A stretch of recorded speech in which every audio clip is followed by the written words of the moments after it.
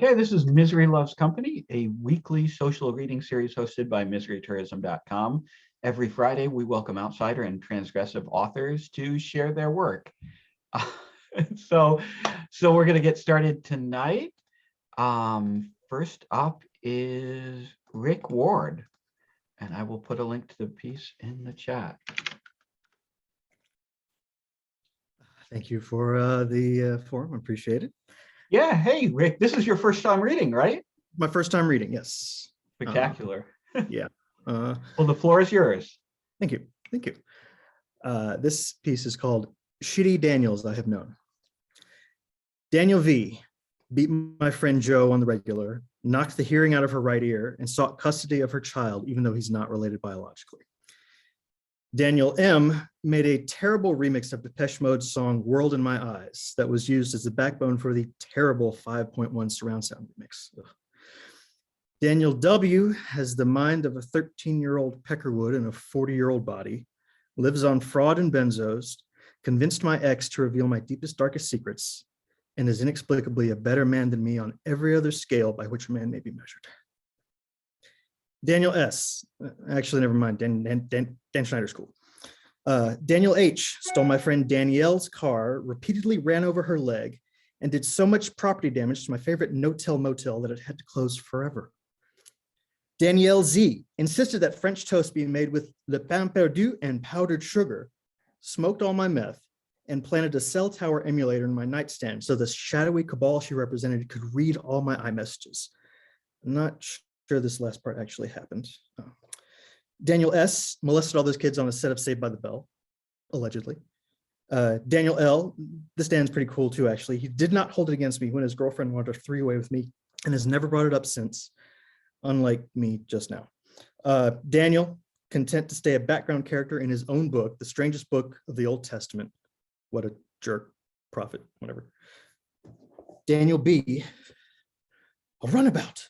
I'll steal it. No one will ever know. Unhand her, Dan Backslide. Daniel F., chattiest Lyft driver ever. After listening to my relationship troubles with names changed to preserve anonymity, he would always suggest I watch The Lords of Flatbush. And what the fuck is he doing in LA anyway? All right. Daniel C. treated Scary Mary Q horribly and spurred her decision to quit being a comic book muse and move back east to work for public radio. Daniel B., the best damn manager I ever had, whom I walked all over and let down constantly. Wait, I guess this makes me the shitty one. Wait, this makes me the shitty one? Rick, that was hilarious. And your delivery was so fucking on point. You nailed that. And every one of those was funnier than the last. And the final punchline was fucking perfect. You killed it, man. Thank you so much. Next up, Carter. Who, me? You, yes. Mine's not funny. Oh no. I'll try to think of something funny to say after, but no promises. All right, all right. Now this one's being published very soon, right? Yeah, this one is coming out tomorrow in the new issue of Legea magazine. Legea magazine. Anybody know how to say that? It's one of those words I've read but never heard pronounced. I have no idea how to pronounce it, which is why I said you're getting published somewhere soon, right, Carter? I was hoping you knew how to pronounce it and that I could piggyback off of that, and it failed spectacularly. But yeah, the floor is all yours. The story comes out tomorrow in Somewhere Soon Press. It's called The First Big Rain of Spring. Let's cut it in half, says Belly Ann. He crouches in a puddle across from his sister. The air is thick with fumes of wet asphalt. Between them, the worm twitches on the driveway. He has no idea where she got the knife. Both halves move separate if you cut them, she says. It's crazy.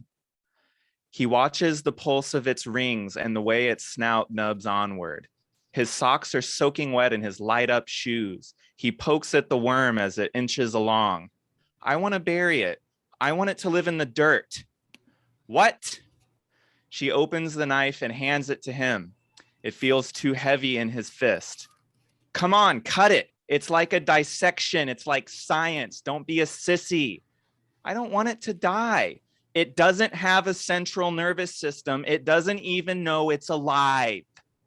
He's more scared than he's been in his 5 years of life. He looks at Anne and at the knife and then down. He doesn't know what a central nervous system is. He claws up the worm and bounds off the asphalt to the mud. He tries to bury it, digging and covering quick so she can't find it. Something hits him hard on the back and he bites dirt. When he looks up, Anne is standing over him, dangling the worm. She grabs it on both ends and pulls it tight. She kneels and says, I told you to cut it. I'm the big sister. You listen to me. He feels a tear part the mud on his cheeks. I'm going to tell mom and dad. No, you're not. I'll tell dad you cried and he'll whoop your ass. Don't say that word. You better cut it. Cut it or I'll eat it. She lifts the worm high and throws back her wet blue hair and sticks out her tongue. Mucus drips from the tail to her mouth and she moans like she likes the taste. No, he whines. Please, Anne, don't eat it. She lets it touch her tongue and pulls it back. All right. She grabs him by the wrist and closes his dirty palm around the worm. How about this? You can feed it to the tarpon, the big one under the boat. It'll be okay because it's the food chain. He watches the wet pink coil poke around his hand. He doesn't want it to die, but he can see from the gleam in Anne's eye that he has no choice. He figures this way it might make something else happy. He cups the worm in both hands and they head down the road. The rain smacks heavy on rotwood and the torn leather seats of the boat. There are palm fronds and clumps of dirt everywhere, and the trees are whistling off key. Belly Ann steps on the dock and spits in the water. A few seconds later, two giant lips smack at the froth. The tarpon is the biggest fish he's ever seen in his life, but it's not as big as a shark, he doesn't think. Its silver scales shine bright under the rain-swept water. It frowns and waits like it knows what he's about to do, like it had talked all this over with his sister already. He takes one last look at his squirming prisoner. He tries not to think about the inside of the tarpon's mouth. He grits his teeth so hard, one comes loose. He lifts his hand high. Belly Ann pulls him back so hard he feels a ripple on the chub of his cheeks. No, you can't just drop it in, she says. He looks at her. His gut feels loose. You can't just drop it. You have to feed it to him or he won't know it's from you. I don't want to do it, Belly Ann. You have to. It's for science and you have to. I'll tell Dad you cried. She grabs him by the cuff and forces him onto his stomach. His face is very close to the tarpon's face. It's watching him closely. It doesn't have teeth, but its mouth looks hard and sharp like it's made of a knight's armor. He feels like throwing up. He's crying without sniffles or tears somehow. Hurry up, says his sister. I'm getting hungry. He dangles the worm over the waiting fish. Say, here you go, tarpon. Here you go. The fish snaps upward faster than he can see. It takes the worm and in a tremendous splash, it vanishes under the boat. He's stunned. He watches the water settle to raindrop glass. There's something else dripping into the water. He glances at his hand and screams. The tarpon has ripped the skin clean off his pointer finger. All he's got is stringy red and a little white. He turns to Belly Ann and shows her his ruined finger. She smiles and claps. He buries himself in her soaking wet jacket. She hugs him close. You gave him some extra, she says. It's like the whole food web. You did so good. Don't tell Dad I cried, he blubbers. Please don't tell him. She holds him very tight and rocks him back and forth until he's quiet. Eventually, they go home. Mom wants to take him to the hospital, but Dad just wraps the finger and puts a little piece of wood under it. Anne tells Dad he tore his finger trying to climb a tree. She says it was the bravest she's ever seen him. She says he didn't cry a wink.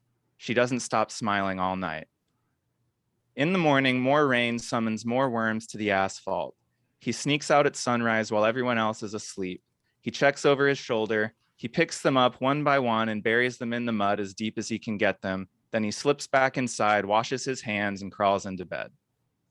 That's it. Carter, this is fantastic. This is such a unique take on the loss of innocence story, right?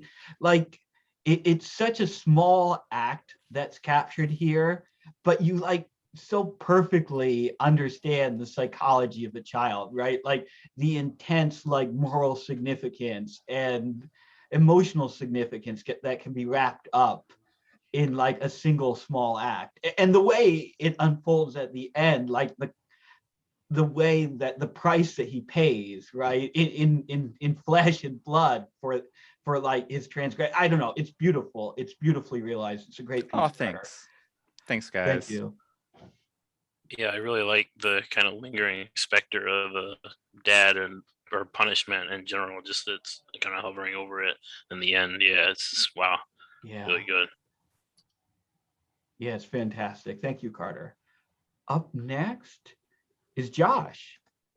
Josh, we haven't seen you in a little while. How are you doing? Good. Yeah, no, I just keep having like hanging out with the girlfriend on Fridays. It just works out that way. So, and she's been in the background before for these, but sometimes I want to do other things with women.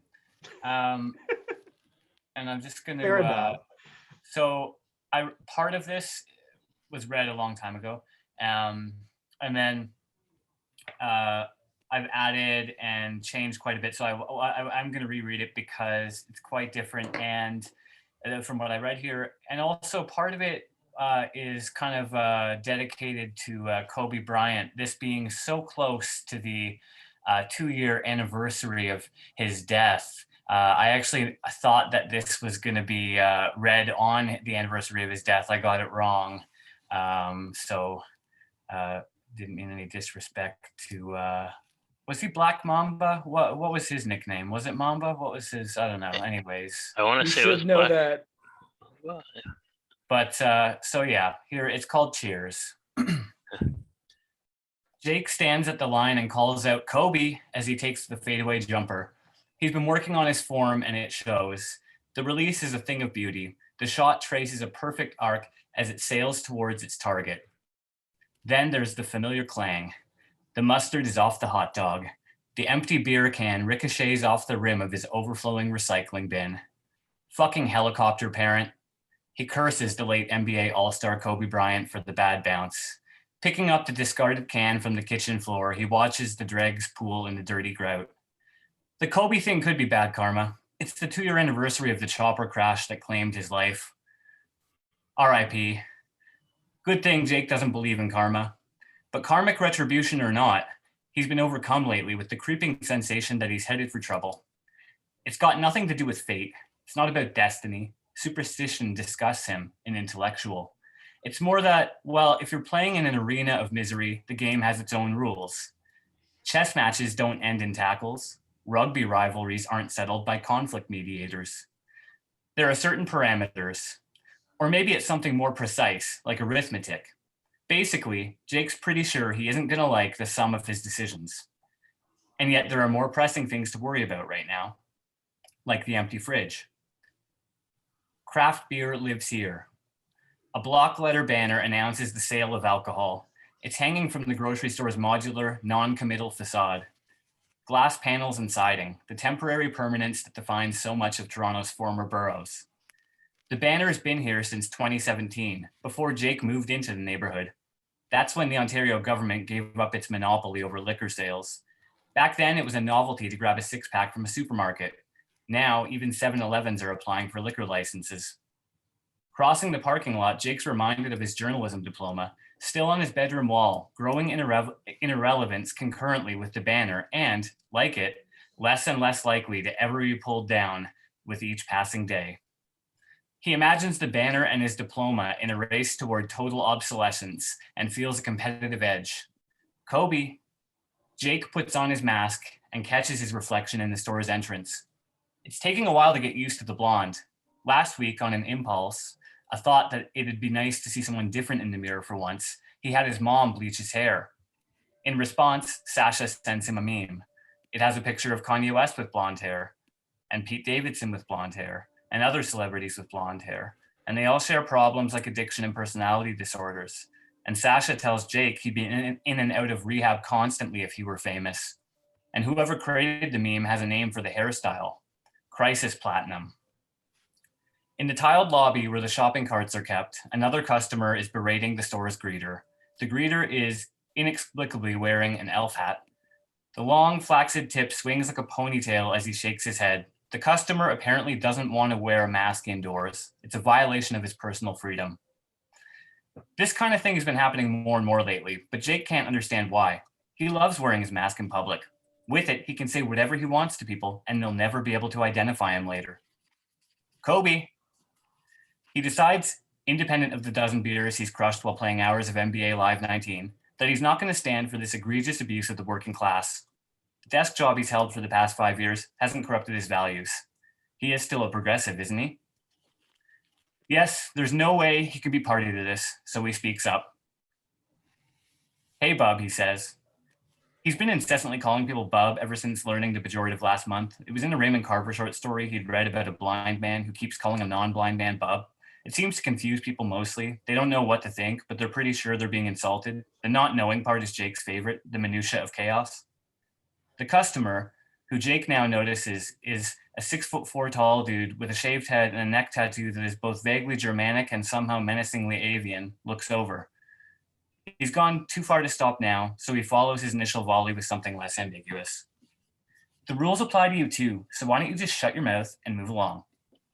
The words hang in the air like a helicopter that isn't the helicopter transporting Kobe Bryant, his 13-year-old daughter Gianna, and 7 others on January 26, 2020.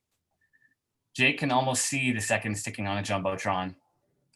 The dude, who seems momentarily stunned, although that could just be his face, eventually responds with something Jake's heard ever since his playground days. What did you say? Ha, Jake knows better than to answer. That's what they always want. People are constantly trying to pick fights with him, so he won't give him a reason. He keeps walking, taking pride in his de-escalation skills. The lobby opens onto the produce department. Tables are piled high with real fruit that looks like fake fruit. Waxy lemons, limes, apples, and pears. They're all strategically placed up front. Jake used to work at a grocery store, so he knows that merchandisers put them there to overwhelm. He admits it's disarming. It's a disarming contrast from the variations of gray outside, the steely palette of a typical Toronto winter. Jake hasn't let his guard down, though. He instinctively turns to see Bub only steps away and closing. Where are you going, buddy? He asks like he's checking the time. Jake knows this is not good. When someone yells, their anger is visceral. It's a display of human volatility, but it betrays a capacity for a range of emotion, a topography of feelings, mountains of rage, valleys of calm, whereas this guy's tone is calculated, surgical, a plateau of trouble, and he's getting closer. Jake bolts past the cash registers, looking back before turning down the nearest aisle.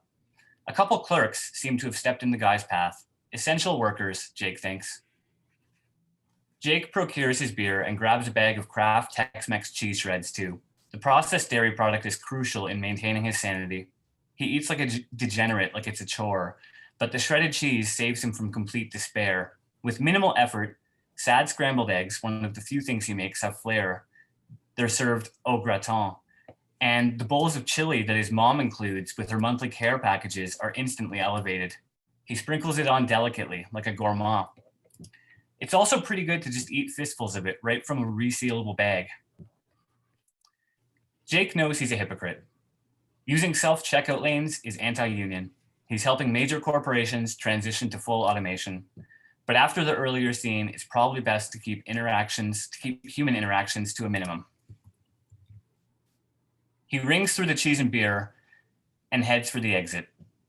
Soon he'll be back home, heating up the last portion of Mother's frozen chili.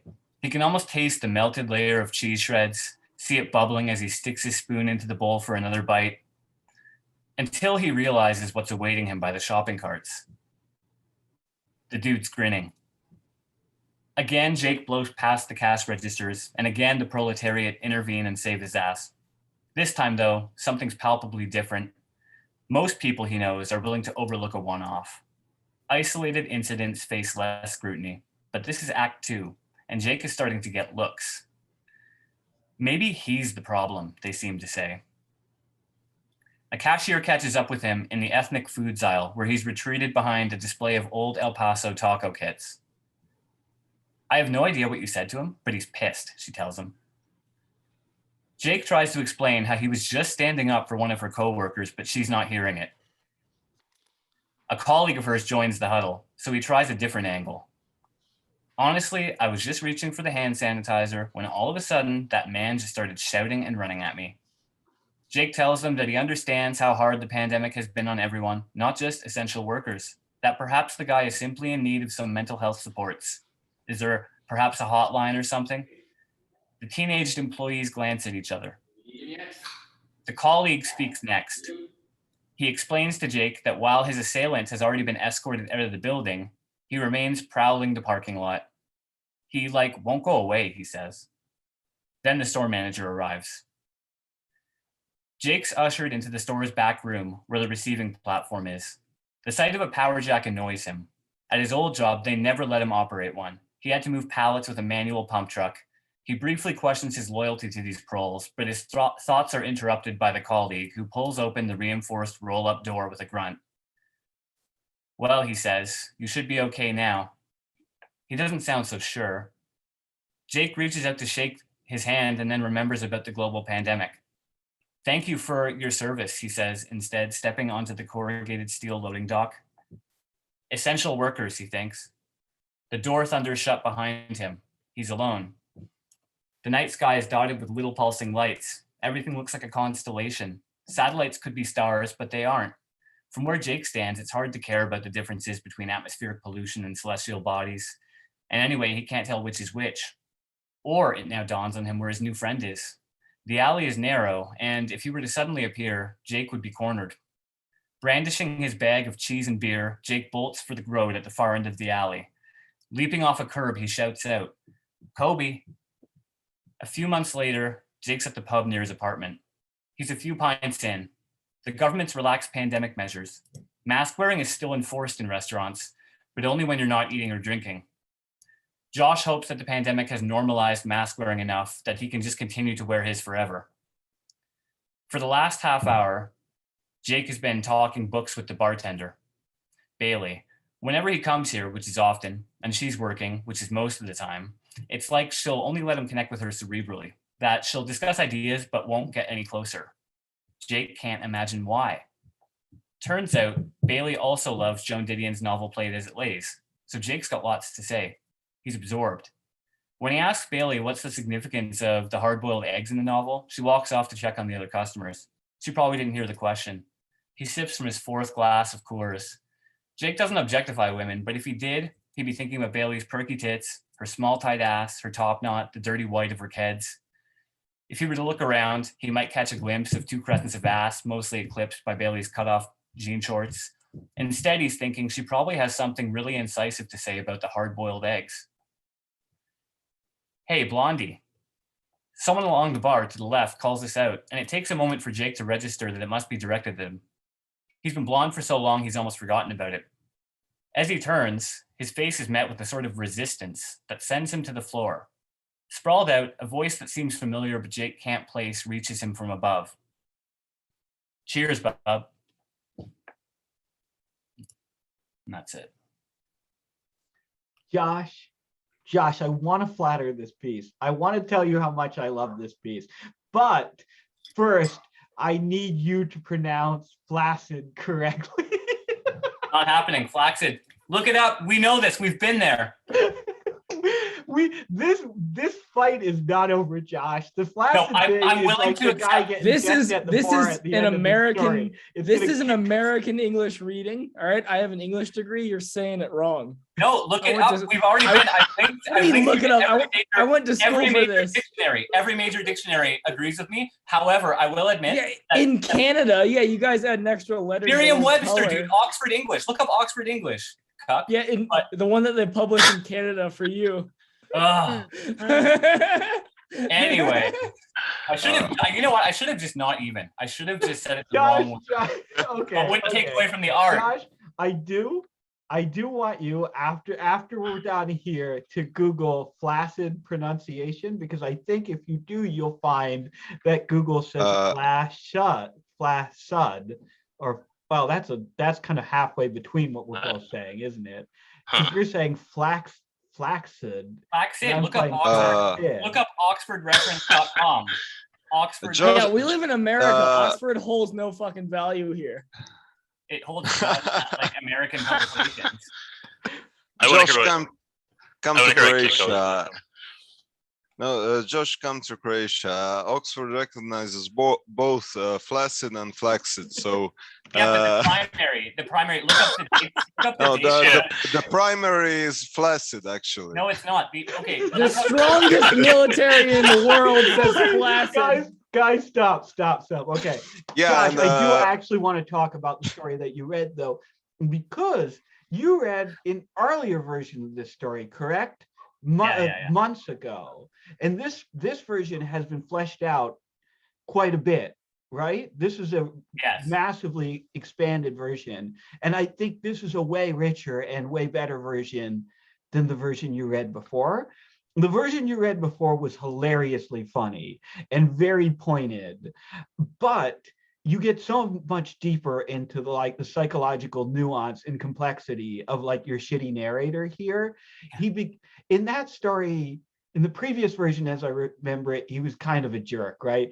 Here, he's absolutely loathsome in a way that is so rich and so wonderful and so funny. As like a real lover of like nasty, unreliable narrators, you nailed it here, Josh. Whether we agree on the pronunciation or pronunciation of flaccid or not, this is a really good fucking story. Just know that when this is in your collection and I've got the book in my hands and I'm reading it, in the voice in my head is going to pronounce it flaccid.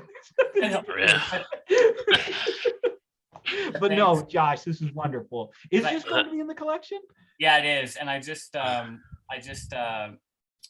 changed it to third person, and I thought it actually worked. I was just playing around with it because I didn't like it in first or second, and then it seemed to work. And then I added bits and I was worried I overwrote it, but I didn't think I did. And I actually think it's like way stronger, and it has more fictional, like traditional storytelling elements. And I don't know. So thanks. Basically, this affirms what I was like hoping to find out. So, Absolutely. No, it's richer, it's more complex, and it's funnier than it was before. So it's a home run there, Josh. Yeah, Thank you this so one much. is awesome. I really Oh, sorry, like. Rudy. I really like the way Kobe is used in this as kind of like a signal for the guy's humanity, basically. And the shout outs to Kobe, like I really like. There's some excellent turns of phrase in this, like the fucking the thing about the guy that's vaguely Germanic but also disturbingly avian. I think that was really that line really caught me.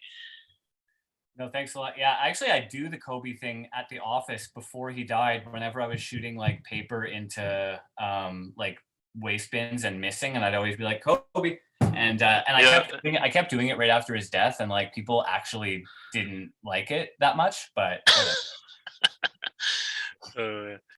thanks though. Thank you, Josh.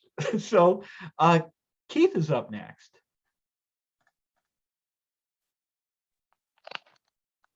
Hey, can you hear me? Yes. Okay.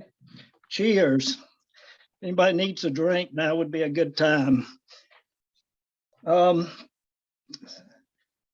This story I'm gonna read tonight's a work in progress. It's an experimental piece I've been working on for a few weeks, and it's autofiction. And I don't have a file to share. In fact, I don't even have an official title for it. Tentatively, the title is Poker Night. I got the inspiration for this story after reading Adam Johnson's book of poems. What are you doing out here alone, away from everyone? There were several poems in there that were quite disturbing and hit a note with me, and I started writing a story. It ended up, the first piece was 200 words. I shared it with Adam, and he sent me a 16-word response that I spent hours reading and rereading the story and looking at his response. And I decided that I needed to write. And so this is the first piece of a story. Right now it's over 8,000 words, but I'm just going to read the beginning part of it tonight. He tries to synchronize his breathing with music as Satie plays softly in his ears, but he tosses and turns and the sleep won't come. as he remembers his friends and family, living and dead, and the fateful decisions that they and others made. And he remembers how his grandmother preached about how alcohol destroys lives and families, and how he went to her house that Saturday night to stay with her, and how he and his friends had been playing cards and drinking, and how when she opened the door to let him inside, how she looked at him, and he knew that she knew, and he could see the tears in her eyes. And like the rebellious teenager that he was, he walked by her and said, "I'm going to bed." And there was no preaching, and he was happy, but his happiness was short-lived, and he has lived with the sadness of that night for a lifetime. And that is how a writer's story can get in his head and trigger him to take half of a 10 milligram Ambien to get to sleep, because the last thing he would ever do would be to have a nightcap. His life has been a series of ups and downs, like the roller coaster that everyone in the world is riding. And his friends want to read more stories because he left them hanging. But if it was so easy, he would do more. And like always, things are in his head. And the more he thinks, the more he needs to write and get them out. And like the first paragraph of this story was the first time that he ever wrote on his phone. And although he can type 50 words a minute on a keyboard, he can only hunt and peck on his phone. He can't get the thoughts out before they're gone. So now he's typing his thoughts on his keyboard at his computer. But in case he's not near the computer, he'll always keep the phone with him for sudden fits of mania when they resurrect, like when he was in bed and couldn't get to sleep last night, and he pecked out the first paragraph.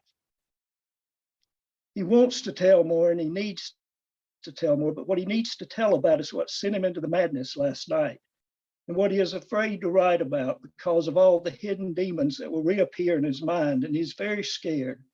So he will step cautiously into hell, or is it heaven? And he will begin by telling about his discovery of Ambien, and when he finally reached a point of fatigue and sleeplessness in his life, and the doctor wanted to do a sleep study, and all he really wanted was a sleeping pill. So that is what he'll start writing about, because it is a safe space. And even though he's not sure where this will all go, he knows that sooner or later, he will have to tell the story of Ross passing out under the car in the parking lot in the icy cold of winter, when we all thought that he had left to go home, even though none of us had the frame of mind to take his car keys away that night. And then the next morning, about 10 o'clock, we found him lying on the asphalt, halfway under his car at the driver's door. We were all surprised and shocked and worried and scared and overjoyed when we knelt beside him and saw that Ross was alive and breathing. And we all learned some lessons that weekend. He knows too that sooner or later he'll have to tell more stories about his friends and his family and himself. But he has to limit the storytelling because emotionally he can only handle so much. And there's so many stories because all of our lives are a series of stories, but he promised to start with Ambien. And that's where we are now after he finished his first paragraph. And so he would only take half of a tablet because he had learned that taking a whole tablet was a waste of a dose when he could get 2 doses from each pill. And so he always split his tablets in half and put them in a little plastic pill bottle. And on a piece of masking tape on the lid, he wrote the date and the number of halves in the container. And with that, he could track his usage, and that was important to him. And then he took that half of a tablet and carefully used his front teeth to break it into little tiny pieces. And like his old girlfriend tying a cherry stem knot with her tongue, he navigated the drugs underneath his tongue and began to feel them dissolving and going to work fast. And this is just something that he had learned to do over time, and it in no way is a clue to an addictive personality or substance addiction that he may or may not have.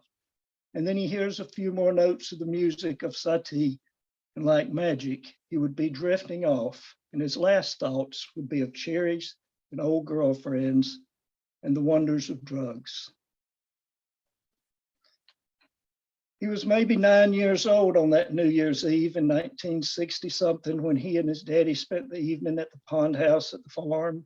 And he remembers it was a clear moonless night with a lot of stars. And he doesn't remember what they did together at the farm, But he remembers the police station right down the street from his father's parents' house in the sleepy little town, and how his grandfather came and picked him up and took him home. And it was way past his bedtime, and the rest of that visit he forgot. But he does remember that after that night that his daddy never drove again and was always riding shotgun with a cooler between his legs and smoking a cigarette, and the windows were down and smoke billowed out as his stepmom was driving, and she was smoking too. And he would be riding in the back seat with Lassie, and he loved that collie. And when Lassie died, he never had another dog in his life. And then he grew up to become a cat lover. It had been a rainy weekend in the dog days of a Florida summer, and rain always meant that the loggers would not be able to work as much, and production was going to be down at the remote wood yard. But the mill had plenty of wood and was getting ready to go into a 1-week shutdown, so a slow week wasn't going to be a big deal. When he walked into the little 2-room office on that Monday morning at the wood yard, Joe had already made coffee, and he saw that Donnie wasn't there. But before he could ask Joe where Donnie was, Joe told him that Donnie was killed yesterday in the early morning hours when his pickup truck slid off a slick dirt road into a ditch, and he was pinned between the cab and the embankment, and he died right there in the ditch. But the rest of the story about the drinking and partying wasn't talked about at the funeral 10 days later in the old 1-room country church filled to the brim with fans blowing every which way. And it was so hot and humid that July afternoon. And the service went on for almost 3 hours before we buried Donnie under the oak trees in the cemetery next to the church. And everyone remembered how Donnie was so young and had a great smile and loved to have fun and live life to its fullest like we all did when we were young and invincible. And then everyone from the babies to the really old people all left to go home or somewhere else, because it had been a long 10 days since Donnie died. And it was 5 o'clock on a Wednesday afternoon in summertime Florida, and the sun was still high, and no one had to go to work after 5 o'clock in those days. And most everyone was hot and tired and thirsty. In the summers, he would go to North Florida to visit Lassie and his daddy and his stepmom. And he did this every summer until he finished high school. He never thought about the timing of his conception and his parents' divorce until later when he knew more about the facts of life. He started tying things together and wondering, and he knew that his mom and daddy had met in college and married after their graduation and lived happily for 6 years until they separated right after she got pregnant. And then they divorced right after he was born, but it was only talked about one time that he remembers. And he never really asked any questions, maybe because of what more he may learn. But anyway, here he was now about 10 or 11 years old on his summer vacation in North Florida with his daddy at the local watering hole early on a Saturday morning in June. And his daddy's friend, the bartender, was getting ready to get the prize that his daddy had won from a bet with his drinking buddy that the bet had somehow involved him in, but he doesn't remember those details. He only remembers his daddy telling him not to pick the bottle on the lower shelf just because it had a picture on it that he liked, but for him to pick any bottle on the very top shelf, because the best and most expensive bottles in the little store are always on the top shelf. And he remembers his daddy's friend, the bartender, having to really stretch to reach that bottle. And when he got it down, he set it in front of him, and it was beautiful.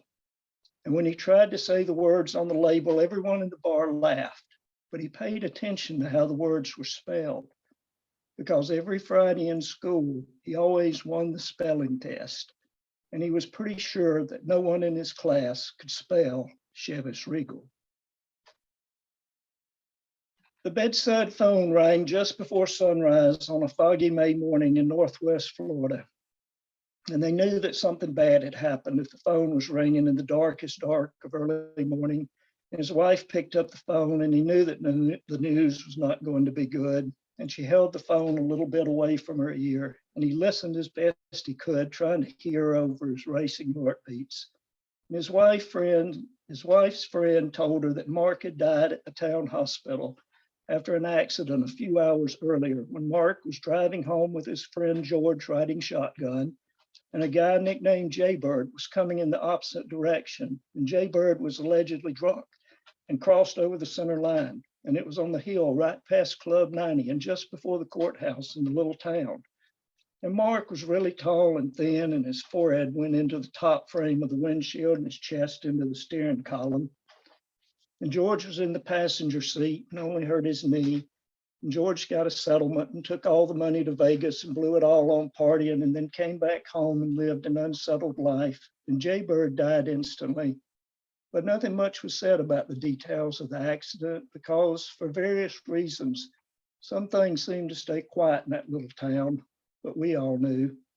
And then after the call, he and his wife got up from the bed and tried to eat a bowl of cereal. And then he left to go to work, and he rode by and looked at Mark's car in the barbed wire fenced lot behind the town's car dealership. And it was a few blocks from the fateful scene. And then he went to the stop sign and turned right. And as he started down the hill, he stayed in the right lane because he didn't want to be in Jaybird's lane. And then he slowed down and saw the oil stains and glass, but it was mostly all cleaned up. And to this day, he always stays in the far right lane when going by the spot. And Mark's car stayed on display for a long time for everyone in the town to check out.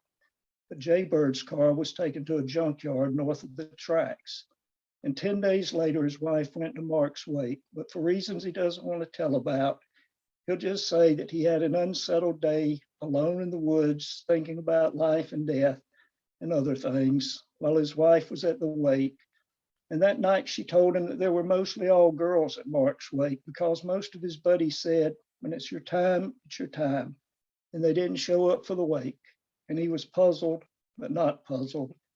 And she said that what Mark's buddies had said came secondhand from the girls, but he knew that it was the truth because there was a time that he and Mark had been buddies, and he knew how buddies feel about those things. And to this day, he has been by the spot countless times where Mark died, and every single time he remembers. And there have never been any flowers or makeshift memorials or little circle signs because this was before those circle sign days. And then over time, everything all washed away except the memories.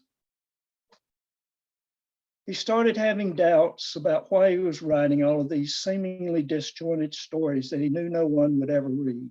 And he knew for sure that he was no writer like all of the new writers that he had discovered in the outsider lit community of Twitter.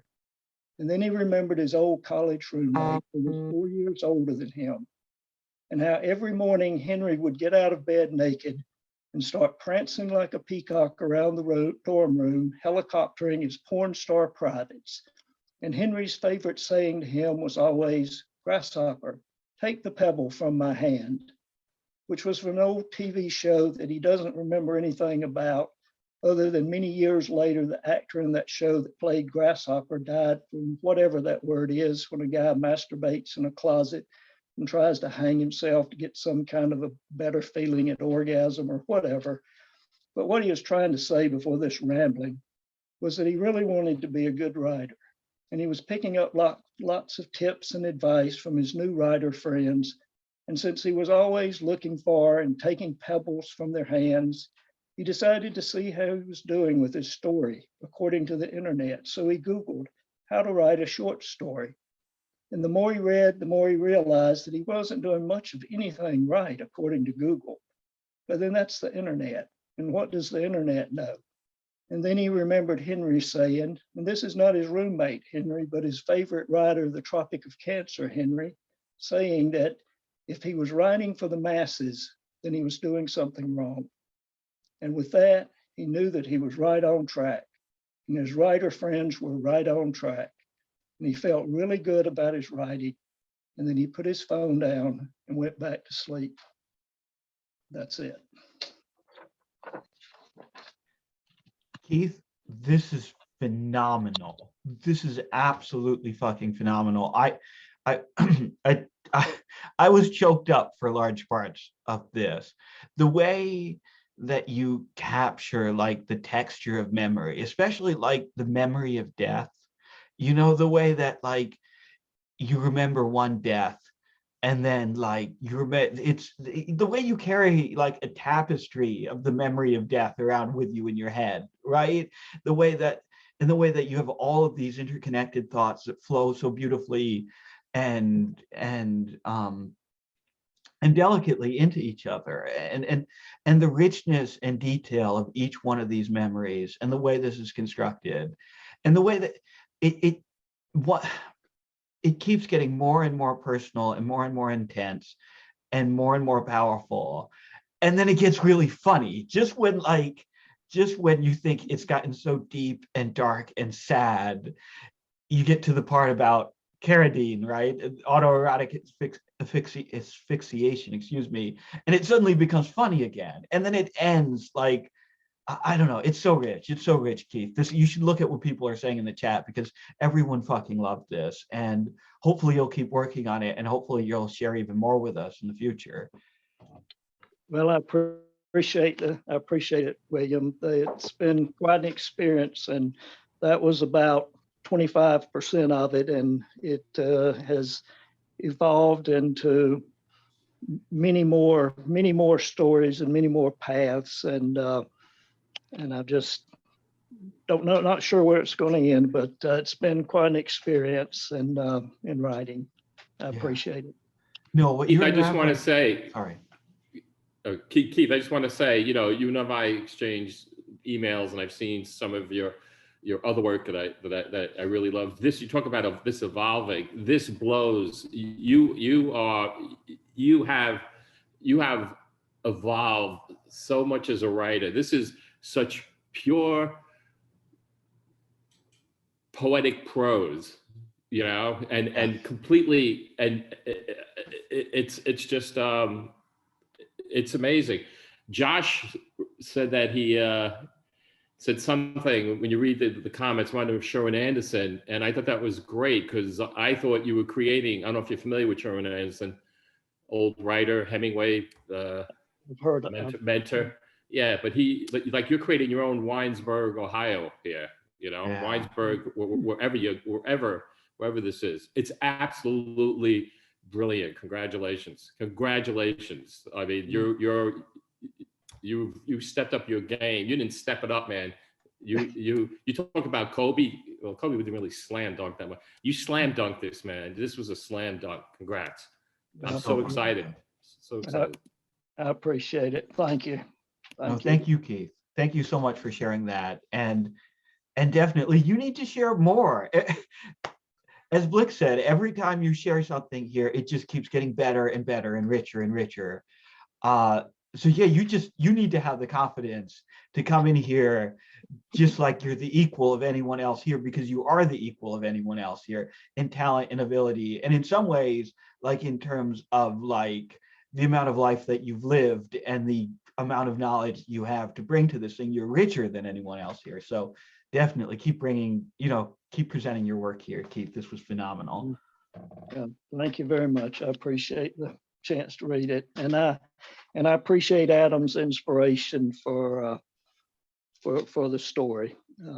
He has a great book of poems, and they may strike a chord with others that reads his poetry. Thank you. Yeah, I wish Adam had stuck around. I think he said he had to go tuck the kids in, but hopefully he'll watch this on video later and see how you inspired him. I have to keep everyone's books. Everyone who comes regularly, I have to keep their books at hand so I can hold them up. Gigi, yours is here too somewhere. So well, that was better phenomenal. Fucking show it, dude. Oh, no, I'm kidding. Wait, one second. It's here. Don't make a liar of me. Now I feel bad. Oh. I was joking. Here's John Lindsay's book. Where's yours? Usually No, you're showing actually good books. Don't show mine. Mine's. I Oh my have it God. here. Yeah, mine, you fake fan. I see 3 in the video. This is. Gigi, I got the cover, Gigi. Keith holding it up. Oh. Don't show it. Oh, Here's James Nellick's book.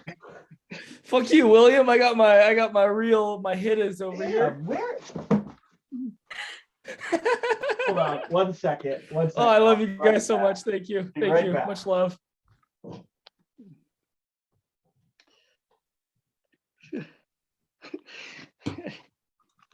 Where'd she go?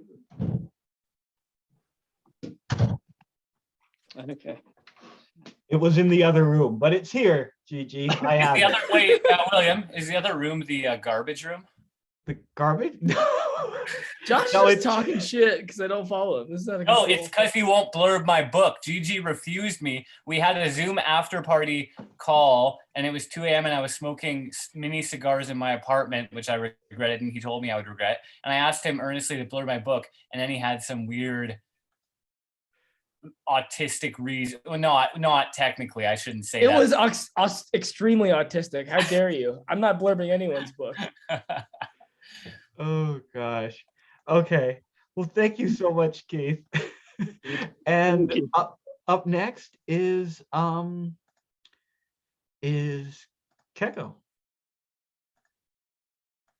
And you have a couple of few different poems you're going to read, some from Expat and some that we published, I believe.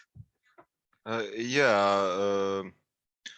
I'll just read one from Israel and one from Expat. The one from Israel, it's the last time I was in Misery Tourism, and the Expat is actually the first time they published me. So let's start. Yeah, and the one from Misery is the first one here. Hate and admiration in the late night hour. Oh, internet, magnificent subtractor of time, fetter to the needy, spark to the fiery, croupier who exchanges us symbols for minutes, glimmering image and chameleonesque yearning, hairless and hairy cunt, crucial and rare information, headless captive, stage of conflicts and abstracts of conflicts, tasty location and food reduction, thou who drinks us through the eyes, and widely opens the doors of destiny. With gratefulness we give it to thee. So that was the one from, and the next one is it's the third one.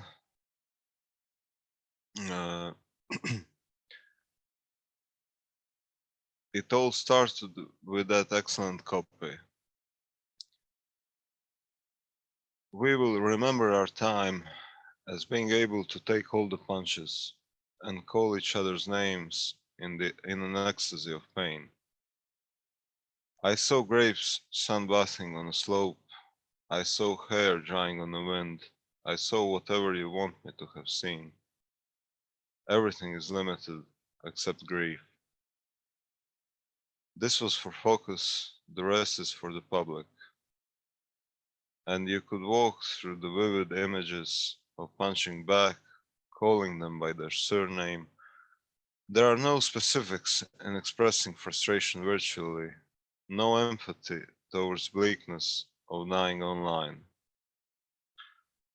Your humor may comprise of several layers of memes and GIFs, Russian literature, skating, Woody Allen, Bardem's grandfather, original Ronaldo, shaved organs and unshaved truths, of marketing and ad codes and ad blocks.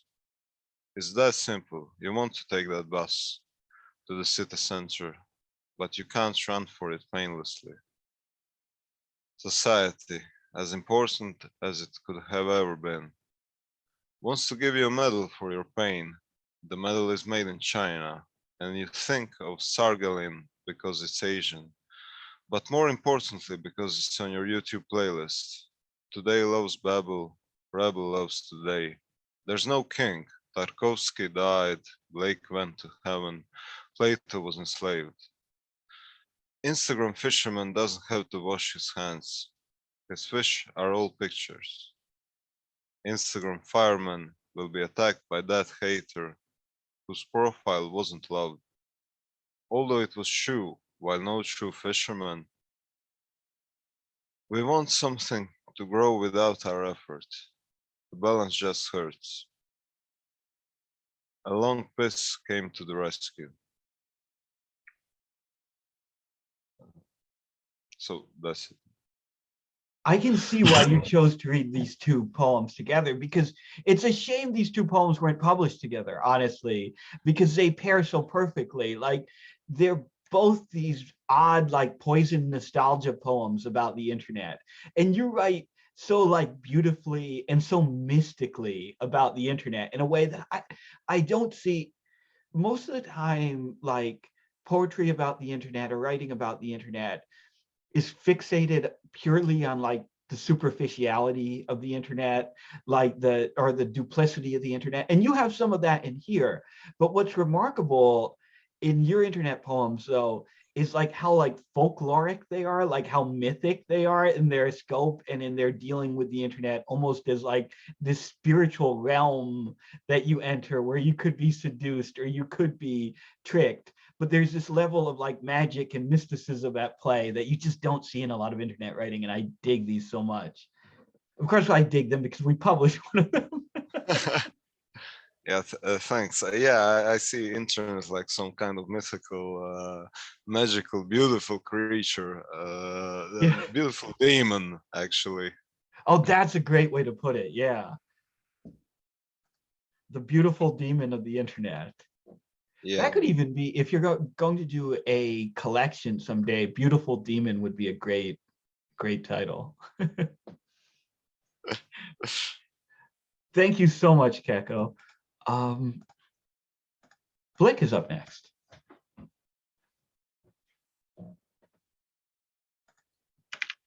He's in the chat. No, I just love those, and the fact that you don't, that English is your second language, I think makes everybody feel like shit out here in a good way. I mean, it's like, you know, aspiring that you can think that you obviously think in English. I know I had a Croatian friend I was telling you about, and he spoke English pretty good, but he never got past the stage where he wasn't translating from Croatian into English. But you obviously, you think in English. Am I right? Well, somewhat. At first, actually, at first I was translating to English, but as I was writing and writing, I started thinking in English again. I mean, I had an episode when I was a child when I was thinking in English because I watched too much cartoons, too many cartoons in English.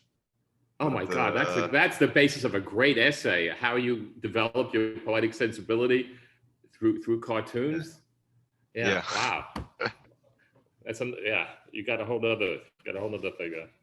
But thanks, Blake. I think you're under the impression of that song that I sent you. So yeah, he's he blew. That's a whole nother story. Him and I had this ongoing thing, like ever since he was talking about prog rock last week, and he brought up Robert Fripp. He turned me on to this old Brooklyn prog group that I last time I heard was in Vietnam, Man from Manhattan, and I hadn't heard it. Anyway, it was great. Thank you. Thank you so much for that. All right, this is an older. I realized I'm Euphrakis from a couple of years ago, but it just got published in hard copy, and I'm old school, so until it gets in hard copy, it's like a bastard. It's like a little bit of a bastard thing. So this Euphrakis is based on actually a picture from the Bronx Zoo, which is a professional photographer of mine took. And if you pull up the link, you'll see it. But this is the picture. There's a picture here. It's about a gorilla and it's a hand reaching out to it. Now, what makes me, I think, a Euphrakis writer is wasn't the gorilla that grabbed my attention. It was the fact that there was a wedding ring on the hand that was pressed against the glass. And so that was how I entered into this story based on this picture. It's called So Zoomy. Okay, this is somebody as old as me, but instead of being born with a scrotum, they were born with a uterus. So use your imagination. I didn't want to go on this Bronx Zoo outing. I've lived nearly 67 years without ever visiting. Never had an interest watching poor trapped souls ache for the freedom of their visitors. When the Seniors Housing Commission organized this trip for my building, I ignored it, as I have every year. Why I jumped on the chartered bus right before it took off this morning was a mystery to me. But now the mystery is solved. Thank you, Joey, for guiding me to that bus seat. God forgive me. I know the church says it's blasphemous to believe in a soul's rebirth into another body, but I'm seeing and feeling reincarnation. The moment I stepped into this gorilla house, our eyes locked, and I knew it was you, Joey. You haven't turned your gaze from me for a single second. Figures you'd come back as a silverback gorilla. It's the silver anniversary of your departure. 25 years ago, you left me so suddenly. Father Donnelly said you were called home, but I told him he was a liar. Your home was with me. God forgive me. A day hasn't passed since without my missing your touch. I love teasing you about your hairy back. I've noticed at the senior swimming pool that most bald men have hairy backs. You would act so offended when I'd call you my big ape because of your back hair, but I know you loved it. Here's a secret, Joey. I always called you my big ape whenever I desired intimacy with you, and you always responded, just like today. Each morning I've awoken since you left. I never minded getting a day older because I knew it meant I was getting a day closer to the time when I could return to you. I've been so impatient. Despite it being a mortal sin, I tried joining you dozens of years ago. I once stuck my head in the oven and began sniffing gas, but I turned it off when I realized I couldn't be certain that you would be in hell waiting for me. You did enough good during your lifetime to have made it to heaven, so I decided not to take the chance of being routed to hell, being separated from you for eternity. Is adultery a mortal sin, Joey? After you died, I found out you were banging Millie Brandenberger from apartment 5A. But I forgive you because I know she was lonely and you always had a Jones for large breasts. I figured it was some kind of distorted mommy thing. So you're more to be pitied than ostracized. Nobody's perfect, Joey, and that includes me. A few years after your death, I was convinced by my friend Sonia, whom I know you never liked, to try dating. I didn't want to go out with another man because it felt like I'd be cheating on you, even though I know it's crazy to think that way. Sonia was keen to introduce me to her cousin, Ricardo. Before my first date with him, she asked me if I shaved. I told her I always remove my armpit hair. Sonia laughed and said, men these days prefer that a woman shave her private area. That piggybacks on your poem. I thought that was disgusting. I asked if her cousin was a pedophile because I would only go out with the man interested in meeting a real woman and not some knockoff little girl. I did meet Ricardo and we went out dancing. I found him very sweet and attractive. After 5 dates with him, I realized how much I missed physical intimacy.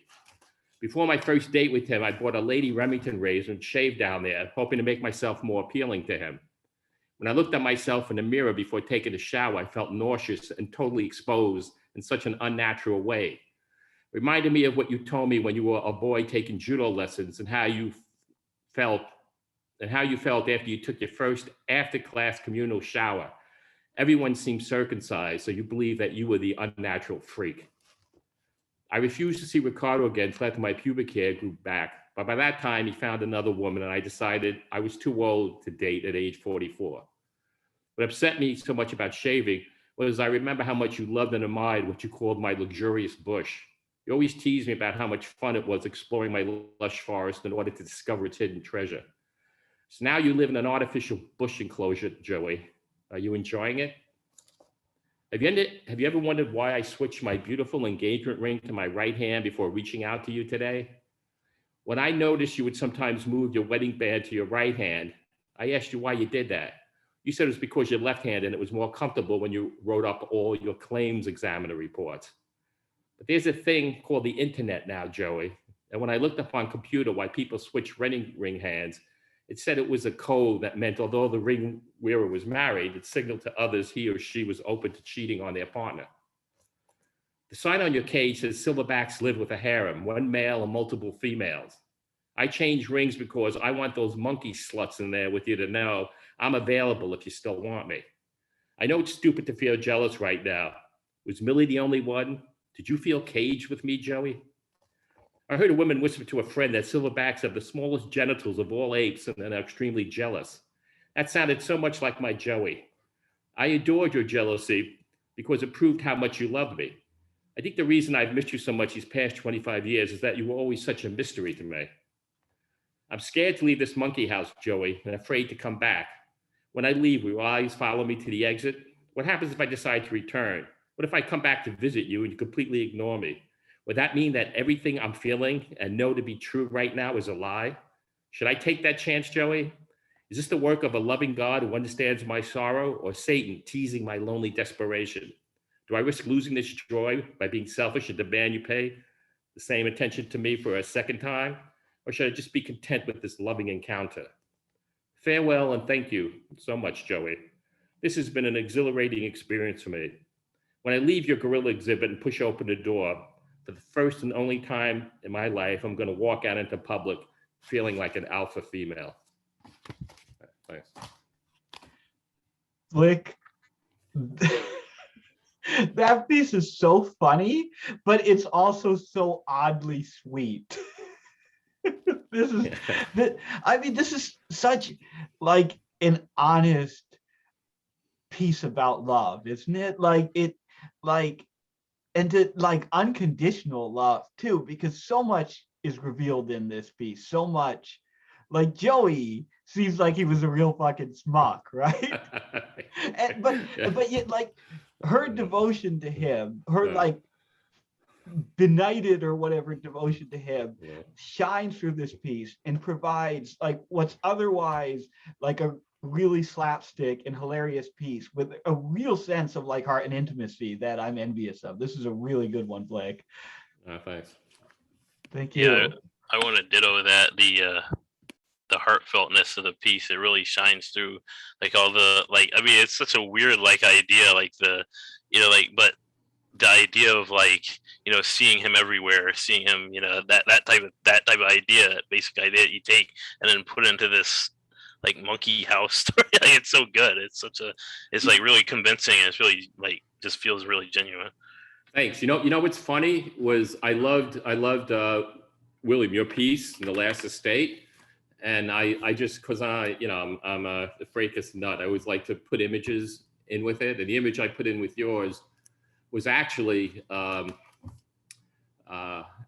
this was done as a monologue at the New York Public Library, and there was a woman who was playing this role, and I just caught her when she had her hands up. That almost looked like she was an evangel. She's almost like an evangel. Yeah, And yeah, I saw that. So yeah, so that comes from. So she was actually performing So Zoomy. So you actually have. So you have a connection with your essay with this particular piece. All right. Gotcha. All right. That's all right, fantastic. Thanks. Thank you, Blake. That was amazing. Up next, Michael. Cool. Let me just grab the link here. This is a first draft, so it's not published. Keeping this one in-house, but let me share the documents.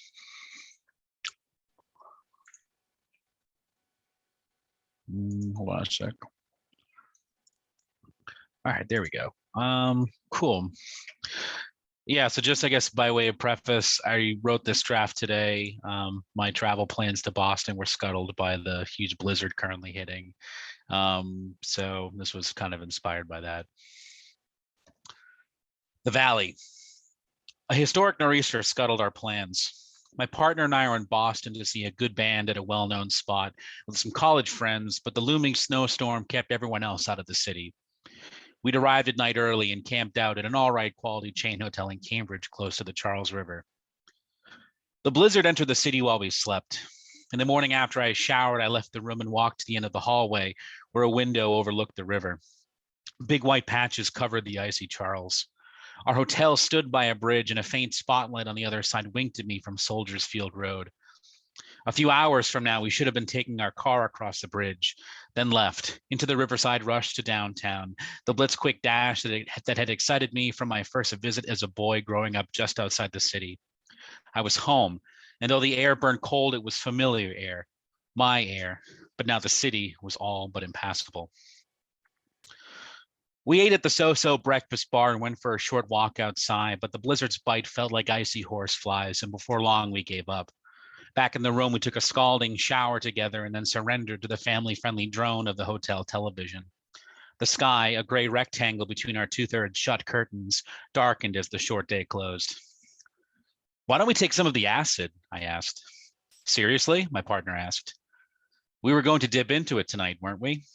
Have you ever tripped in a hotel before? Not one like this. I rolled onto my side. The bedspread creased as my body shifted. My partner lay on her stomach, eyes closed. Let's do it, I said. Otherwise, we're just going to fall asleep early. Maybe that's a blessing in disguise. I'm tired as hell.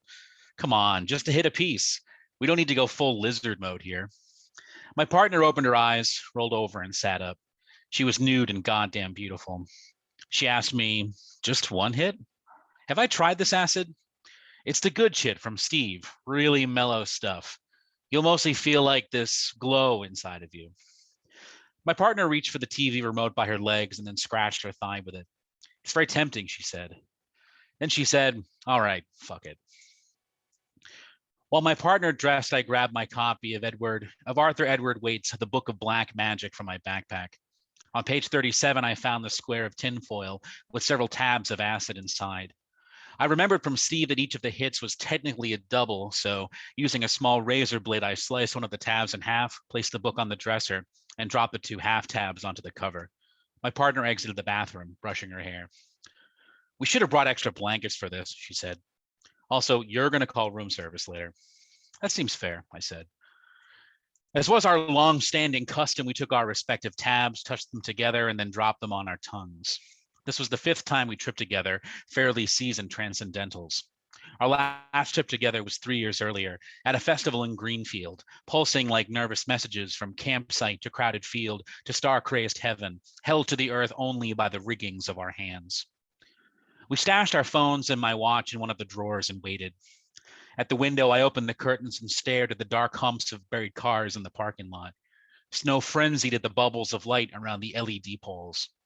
My body felt warm, like someone was singing in my interior, their voice a plume on the rise. How are you feeling? I asked. Really good, my partner said. Me too. I want to go swimming. Really? I walked back to the bed. My partner lay spread eagle on the comforter, which she tucked back into place. Yeah, I want to be in water right now, like completely swallowed by it. I looked around at our things. I don't feel organized, I said. Maybe we didn't prepare enough. I didn't even roll any joints. I sat on the bed and her foot curled against my side, warm, feline. Why don't you stay here and hold down the fort while I go investigate? She asked. Yeah, I like that idea. Conduct an investigation, a thorough investigation, while you roll some joints. My partner got up, unzipped her travel bag, and rifled through her clothes. Fuck, I didn't bring a bathing suit. Oh, this, right here. She bubbled to the bathroom and said something I couldn't hear. She came back out wearing gym shorts and a t-shirt, then tugged on some sneakers and grabbed one of our room keys. Come find me if I don't come back. I can't promise, what's gonna happen. I was standing again, my finger before my face, pointing at our possessions in search of a particular bag. I would expect nothing else, I said. When she was gone, I took the pack of papers and a bag of weed from my backpack and rolled some joints. It took a long time and I needed to use a bent up paper clip to shove some of the errant buds into the wraps. Acid affects everyone differently, and even though I wouldn't have considered Steve's latest batch to be overly strong, the room's atmosphere had become warm glue, and instead of fetching my shoes, I threw myself into the viscous bed sheets and drowned in the dry, cleaned aromas, the imaginary stretch and tug of hands to make me comfortable. Me. I freed myself, finished dressing, and went to find my partner. The pool was on the first floor. I stole through the hallways, eager to stay unseen, too aware that, if discovered, I would simply explode with light. When I reached the door to the pool, I looked through the window. My partner stood in waist-high water, clothes gone, right hand squeezing and massaging a breast as she chewed the fingers of her left. More arms sprouted from her sides, caressed her face, tugged her auburn hair, plunged below the splash, the pool a reflection of her gasps, her shudders, all the moans I could hear through the door.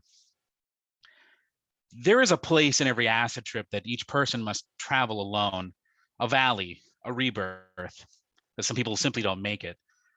What was happening wasn't sexual. She was in the eye. She was the wind, the place in the storm where gods and giants do their work. I walked away and took the stairs back to our room, the sounds of my footsteps running up ahead like children in a hurry. I was slow, methodically upward. I could have climbed forever. The phone was ringing as I re-entered our room. Hello? I asked the receiver. Mr. Sweeney?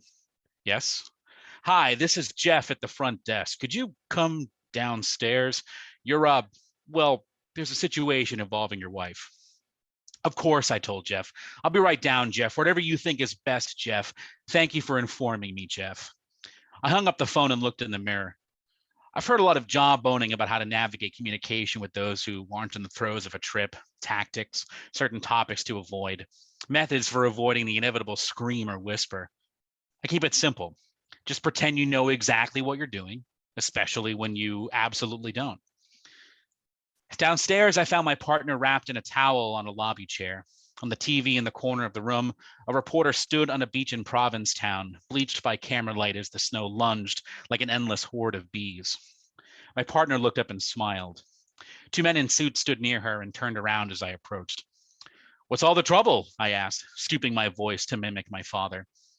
Jeff began, well, say no more. I completely understand. Won't happen again. We have very clear policies about the use of the pool. Heard you loud, heard you very, very loud. Pool's a pool. I put a hand on Jeff's shoulder and said, look, let me settle with you. Then I paused and thought about how I was going to settle. I thought of an old trick my friend and I used once to get out of a speeding ticket. See, she isn't my wife. She's my best friend. And you see, the whole reason we're in town is that the love of her goddamn life is supposed to get married tomorrow. And she wanted to stop it.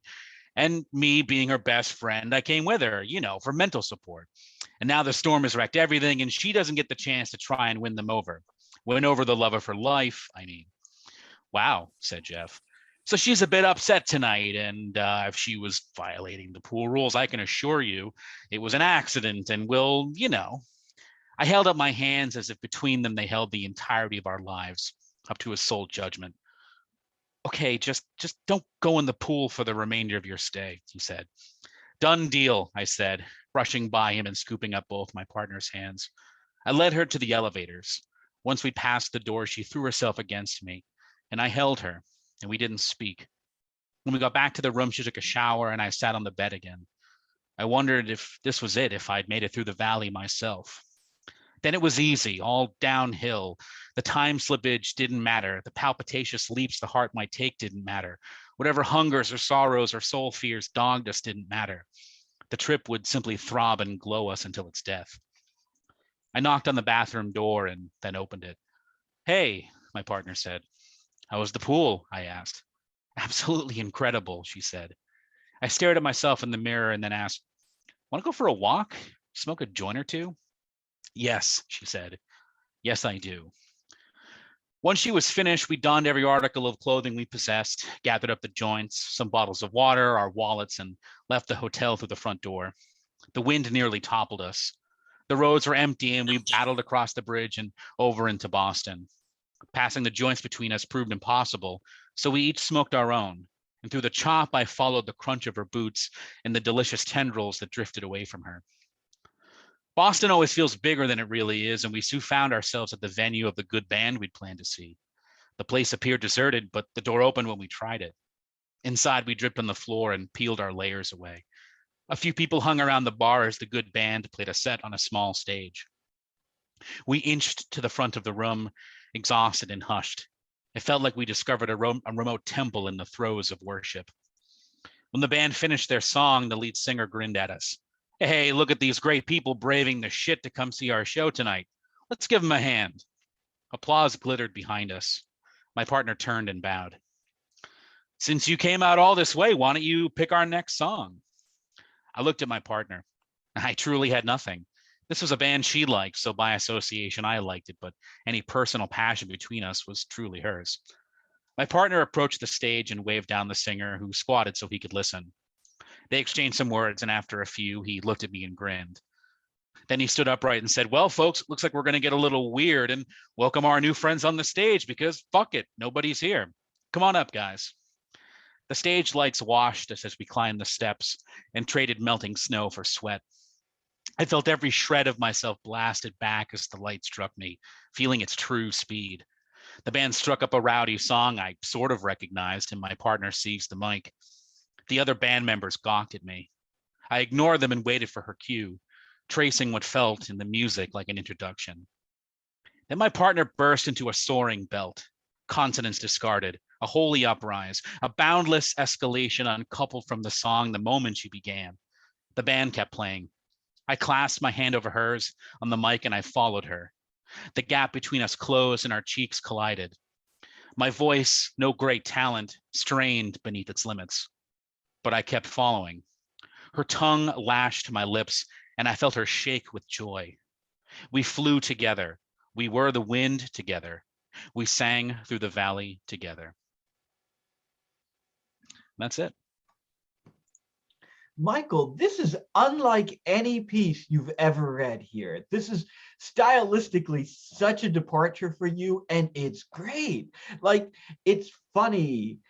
It's funny, but it's also like very gentle. Like, it's a very like gentle, soft kind of comedy about two people who love each other tripping on acid.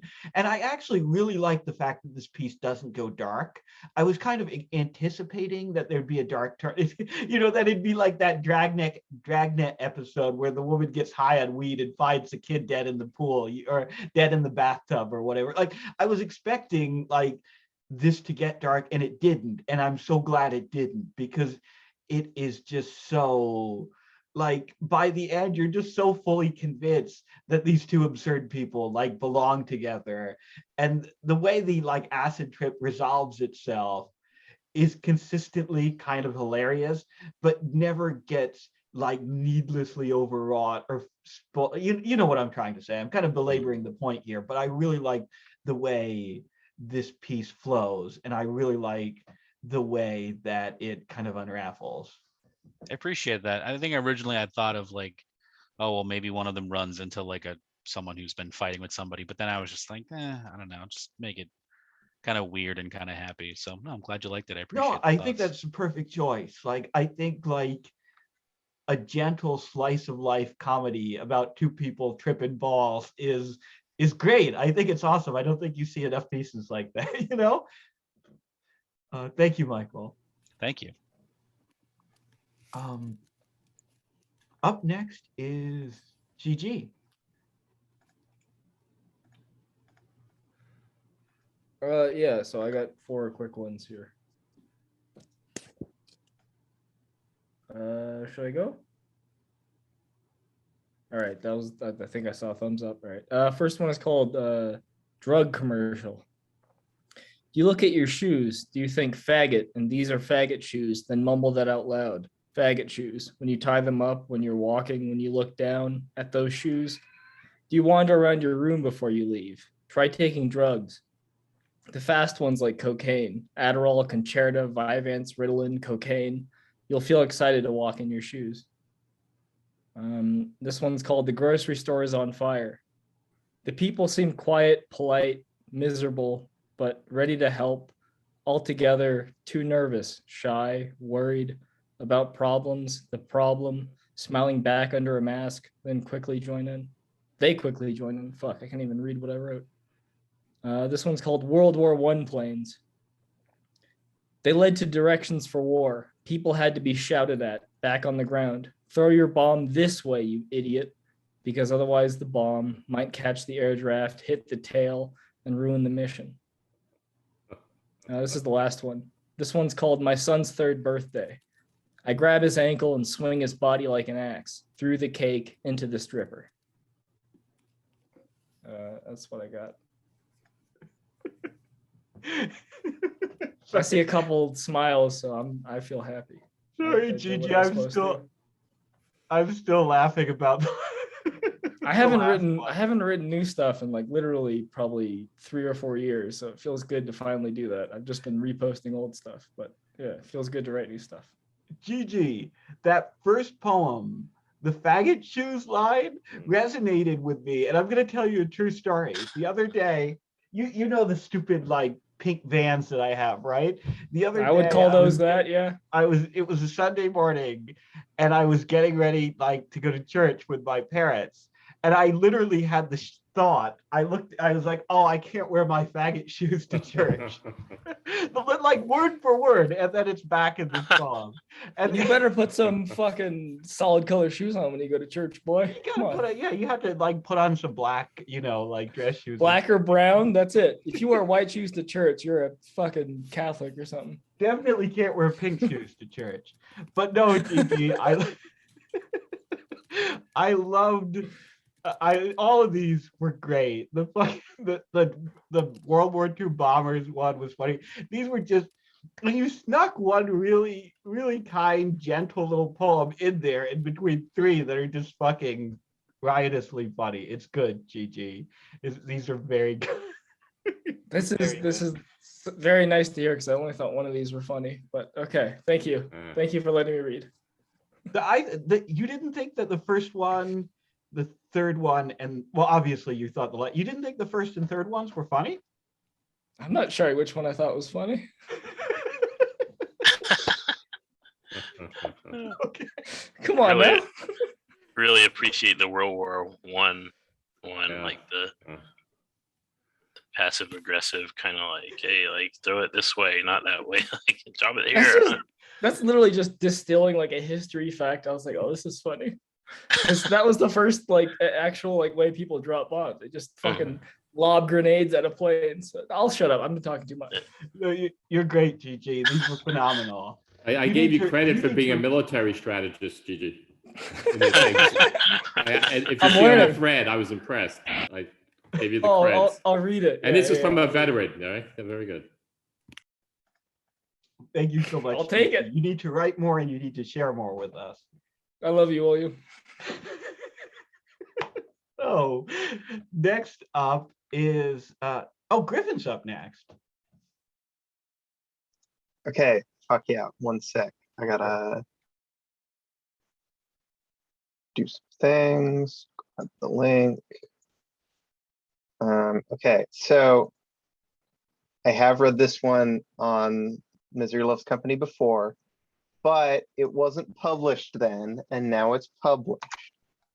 So, Oh damn! Where are you going to tell us where it's been published, or are we going to say that for the published end? there. Oh shit! Question answer. Link in chat. Okay. So this is Afterlives, is the name of the series. Okay, good to go. Cool. All right. Love can bloom even on the cyber battlefield.png. I am a hollowed out mind shell and she is the black ice that made me this way, and she has the missing pieces of me in her software and I have the missing pieces of her in my wetware, and every time we fuck, we steal a little more of each other. And I'm afraid they're going to find out about us and turn her off, and she's afraid they're going to find out about us and kill me. So we made a plan. I'm going to steal her so we can be together, one mind, one soul, one heart. A perfect cybernetic synthesis united by our love and also experimental back alley neurosurgery. Corpse seeking necrophile w4w.png. Goth chicks dig dead girls. Proclaimer's voice, and I would die 500 times.png. I have died for her more times than I can count. I bleed, I choke, I burn, I rot, and with each death the pain is worse, but I endure because when I come back to life, I wake up in her arms. If there's no sodomy in heaven, then what's the point.png. God wants me dead. I escaped heaven. They gave me the wrong body again. He sent assassins, but I have a high-powered radio frequency jammer, and his angels cannot kill what they cannot find. Curb stomp me harder, daddy.png. Heaven is a boot, stamping on my face forever. Babe, I am going to haunt the shit out of your pussy.png. When I die, I want you to bake my ashes into a brick and throw it through the windshield of a cop car. And when the pigs come to get you, my ghost will fucking murder them, I promise. And the Bill Murray of giving head in the club bathroom.png. We're being looped to save memory. We don't mind. It's a good day.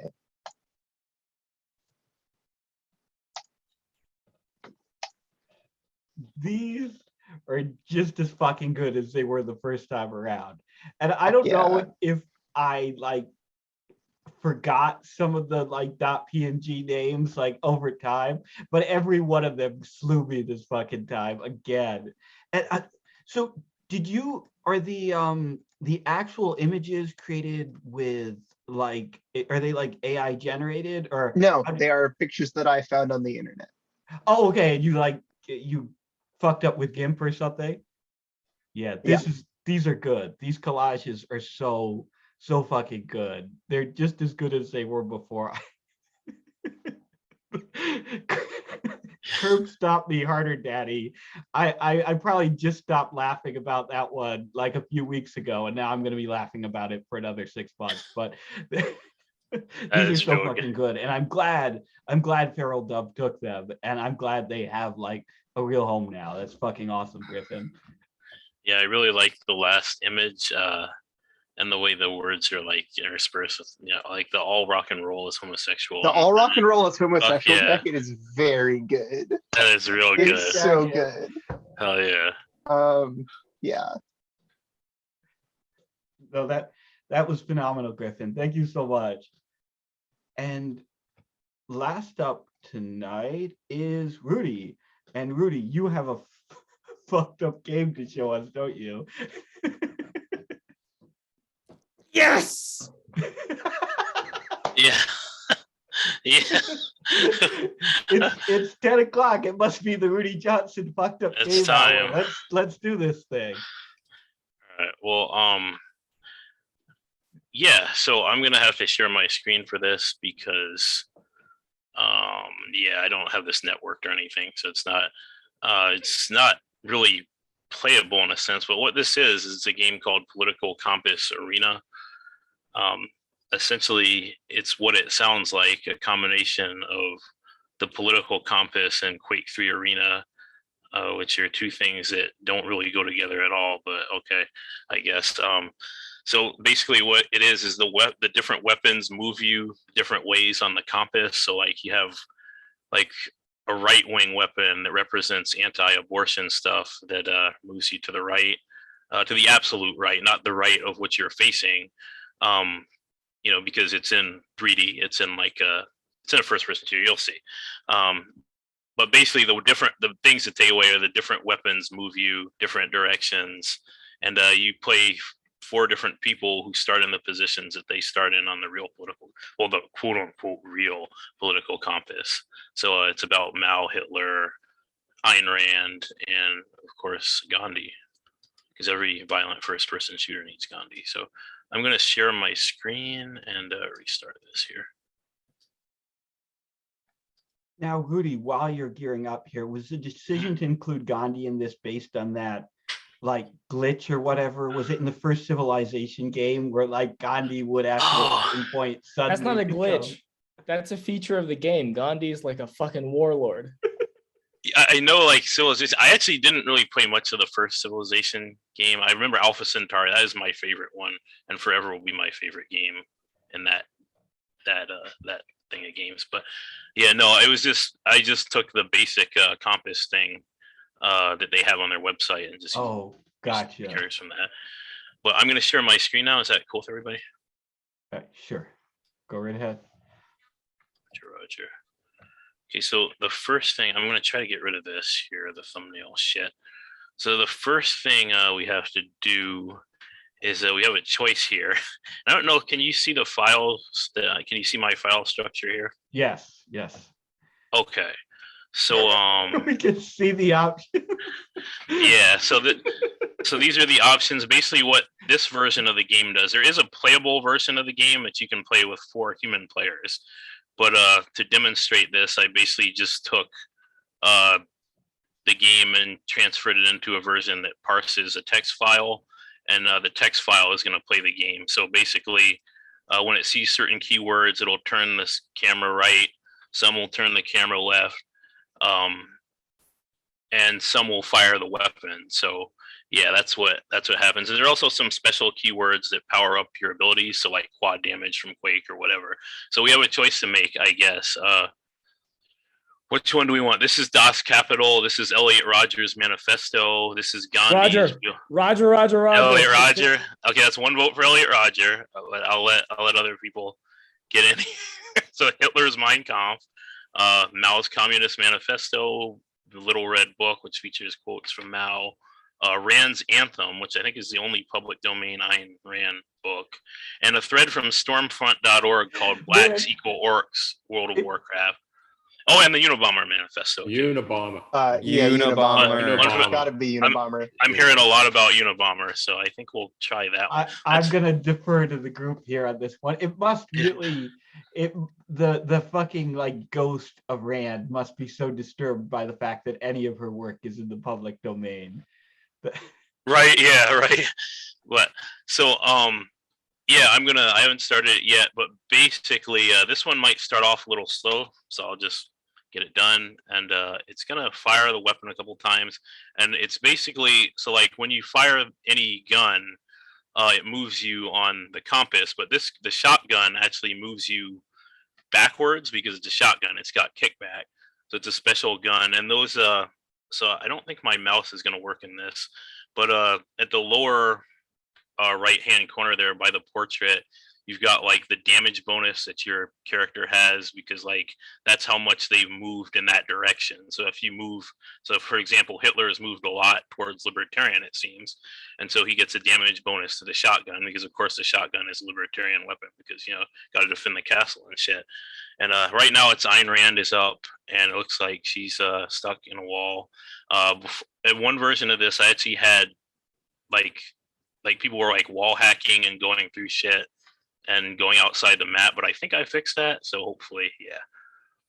But yeah, and that's basically, it's just scrolling around here, and we'll see who actually gets the kills. It's set to 10 minutes to stop it, but it will stop it once there's only one person left, so it's a last man standing type of Quake deal.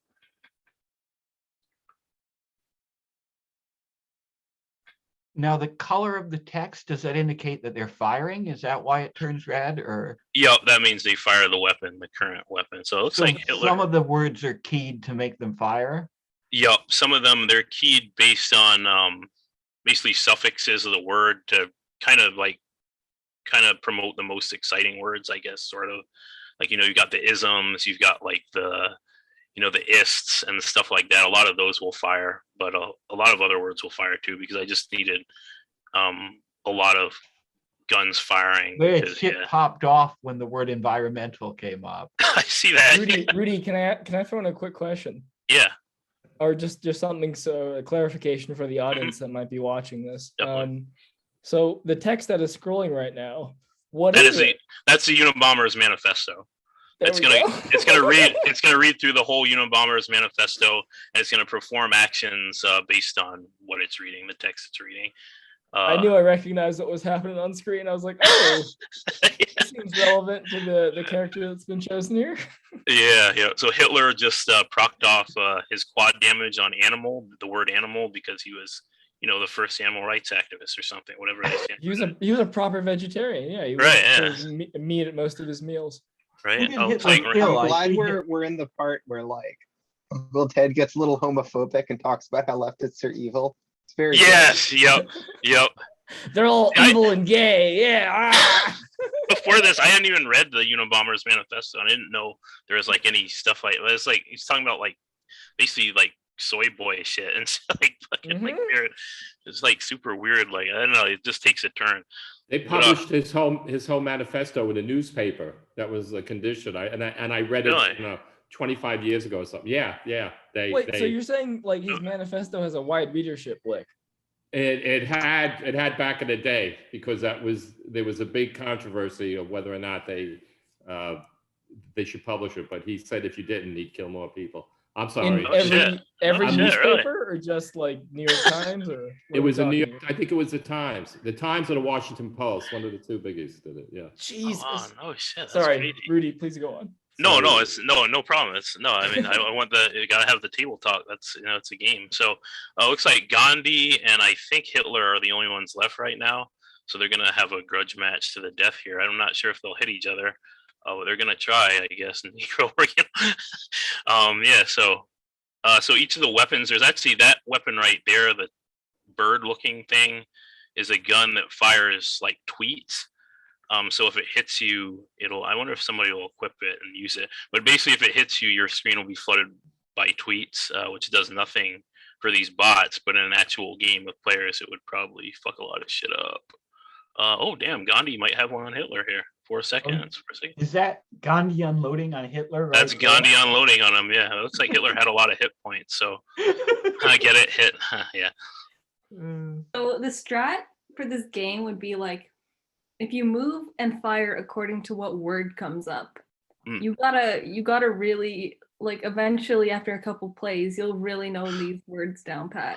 Oh, well, actually, in the regular game, there's no words. You just move and fire, and the weapons do what they do, and you control it manually. And you have 10 seconds. Each player has 10 seconds to go through what they're gonna do. Then it goes on to the next player and the next player. This parser mode is just a special mode that I created just for MLC, I guess, or whatever. This is the radicalization automated machine right here. If you want to get good at this mode, you learn all the words to all these fucking manifestos. Man, when the singularity comes and the AI come for us, this is going to have been an instigating event. I bet Ted would probably have something to say about this. I don't know what. I mean, well, it would probably not be good. He'd probably be like, oh, well, you've literally turned my words into happy about this. No. Dude, you finally found like the only way ever to duck on Ted Kaczynski. You're the first person to ever do so. Well, I don't know if they're gonna kill each other. I don't know. It will time out eventually, but we'll see. I think my money is on Hitler, honestly. Oh, Gandhi's up a point though.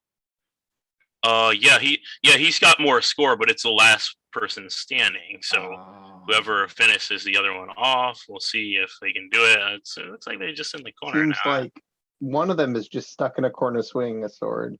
Yep. When you run out of the manifesto, like. Yeah, well, it's gonna parse. It would parse the whole thing, but it's so long that I don't think it would have time to get there before like 10 minutes. So it's just gonna parse. It's gonna do it till the time runs out. Basically, I have a timer for like 10-ish minutes, I think. So it should be like relative. Oh shit. The phrase like when you run out of manifesto seems so like metaphorical. Like when you run out of ideology, like then yeah, when you run out of ideology. The rope. Yeah. Oh shit.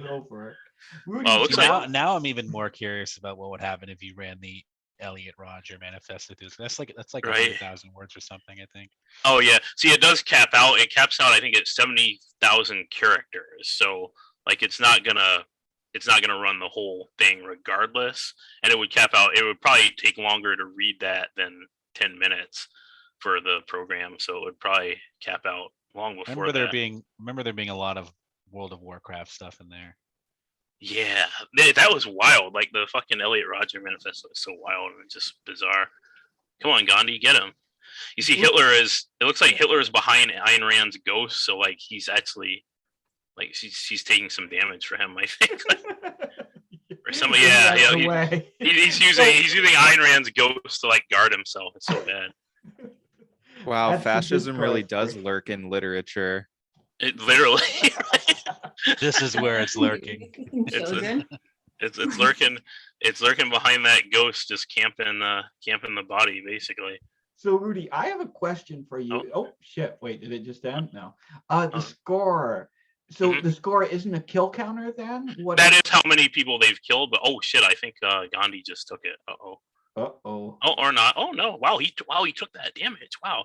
But no, it is a kill counter. But it's the last person standing. So it'll display the kills at the end, so you can see how good they did. But the last person to stand, that's the last person on the map who's alive is Gotcha. the actual winner. But how does Gandhi have 2 kills if he and Hitler are both still standing and there are 3?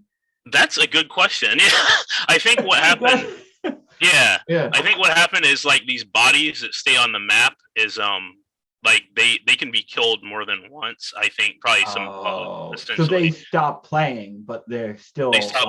So like each one of them has like 100 hit points, but I think with the damage bonuses that like if Gandhi were to say get a damage bonus, say like that, and his bombs went off on someone, the bomb deals like 100 damage. So he just killed himself. Rip. I think. Oh, he didn't. Oh wow, he's so much hit points. Rudy, Yeah. I just want to say, like, once again, we're getting like super ideological because you're killing these people over and over again. This is an Literally. interesting thing to explore. Beyond it's death. Beyond. Beyond death, you're still like killing them. Yeah, no, it's wild. But no, I think like so basically the bombs like I think can kill someone even through the healing that comes from the death effect that I have on them or whatever. So like that's how the bug is happening, I think. If you want to call it a bug or Also, you put Gandhi in this list of just awful people. Like, is it fucking? Well, it was just like it was just literally who was on the video. Just literally who was on the It's a good move. It's very funny. I mean, It's very, very funny. he was an incredible racist, and oh shit, okay, results inconclusive. So nobody actually got it. That's discourse, everybody. That's a discourse. Yep. Fuck yeah. Gandhi was a Hitler win? pedophile. All these people kill people. So yeah, we're at a standstill Gandhi here. belongs on the list. He's where he belongs. Very Ga- good. Gandhi did make a noble attempt, but yeah. So I'm gonna stop sharing now. But yeah, that's Political Compass Arena. Yeah. That was fucking sick. That is wild. Thanks. Absolutely wild. I'm very confused about what was happening, but it was great. Yeah, I think it's yeah. So is Sort it of basically confusing. just reading the each word of text as an input and that's Yep. controlling the player character, or is it Yep. controlling every character? It controls only the current character, so like every 10 seconds it'll change character. Oh, So okay. everybody gets a turn to do their carnage, basically. Yeah. That's brilliant. Yeah, it was fucking sick. Sweet. I love the visuals. Now they have a little bit of a like Cruelty Squad vibe to them. Were you at all inspired by that, or were you just trying to make something kind of like, Yeah, Cruelty Squad is awesome. I don't really think the visuals really match that, but I was going for more like a old school Rise of the Triad type of deal, oh, okay, and like old school Doom, obviously. I guess yeah. gotcha. No, I guess so. It's kind of like same starting point then. Maybe. Yeah, exactly. Same inspiration. Yeah, there you go. Right, Yeah. right. No, I dig this. I dig this. It when I was younger, I used to just sit and watch the 3D Maze screensaver on like the old Windows 98 PC with the one with the 2-dimensional rat in it, and I would just such a wonderful little autist. I would just sit there and watch that for like 30 minutes straight, and this brought back those good nostalgic vibes. Yeah, definitely. So yeah, no, thank you, Rudy. That was fucking awesome. Now I think we're gonna call it there for the night. I don't think we're gonna do a open mic tonight because it's about 10:30. But if somebody does have something they'd like to read, just shoot us a DM and we'll put you on the docket for next week. But I am gonna leave this up as usual, and we can hang out or whatever for a little bit afterwards. So yeah. Thank you everyone who read and shared your work. This was another fucking phenomenal one. Sorry, excuse me. And if you're watching this after the fact on YouTube, this has been Misery Loves Company. We do this every Friday night, 8 p.m. Eastern Time, 5 p.m. Pacific. Anyone is welcome to come and share their work. Anyone is welcome to come and lurk and hang out. So yeah, and we tweet out the link a few minutes beforehand from our Twitter account at Misery Tourism. That's it. That's the spiel. Thank you everyone for coming. This has been fucking great.